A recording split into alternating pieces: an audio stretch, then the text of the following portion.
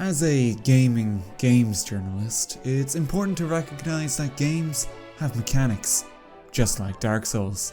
Any game that is deemed mechanically satisfying must be classified in relation to Dark Souls. Before Dark Souls, video games simply consisted of moving images on a screen with no interaction. Archaeologists have classified this absurdity as television.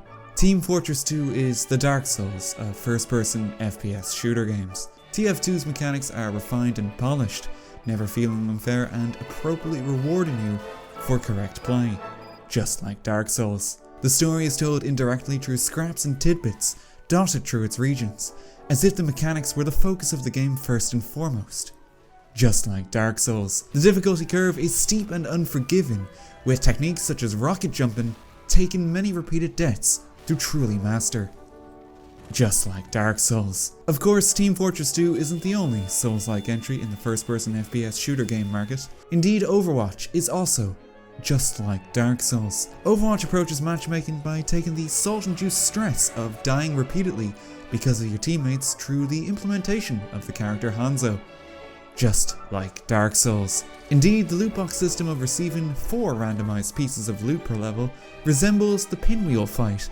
where one of 3 masks, Giant Dad and the other 2 terrible ones, have a chance to be received.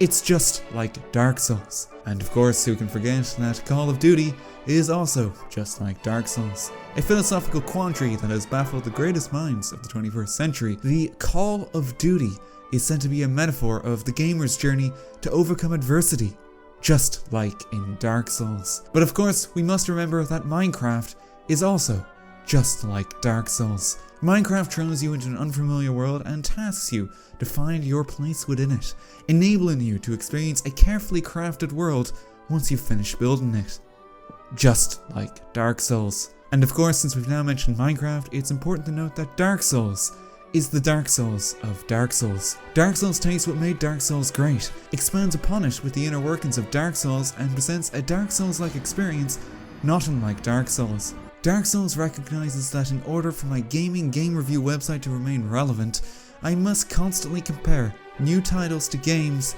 just like Dark Souls. It is a difficult challenge, not unlike the difficulty found within Dark Souls. Since everyone loves Dark Souls, by saying a game is the Dark Souls of its genre, I can receive a generous allowance of internet points, similar to receiving humanity in Dark Souls. The irony is this robotic comparison eliminates all traces of humanity, similar to the mechanics found within Dark Souls. Dark Souls 2, however, it should be noted, is not like Dark Souls.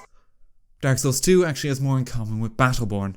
King of class-based FPS, baby, killing it every day since development hit the You Died screen. Battleborn is the Dark Souls of games for Windows Live, absolutely killing it in its lack of a user base. Give me that Dark Souls experience, Gearbox, of just having my balls kicked repeatedly. Oh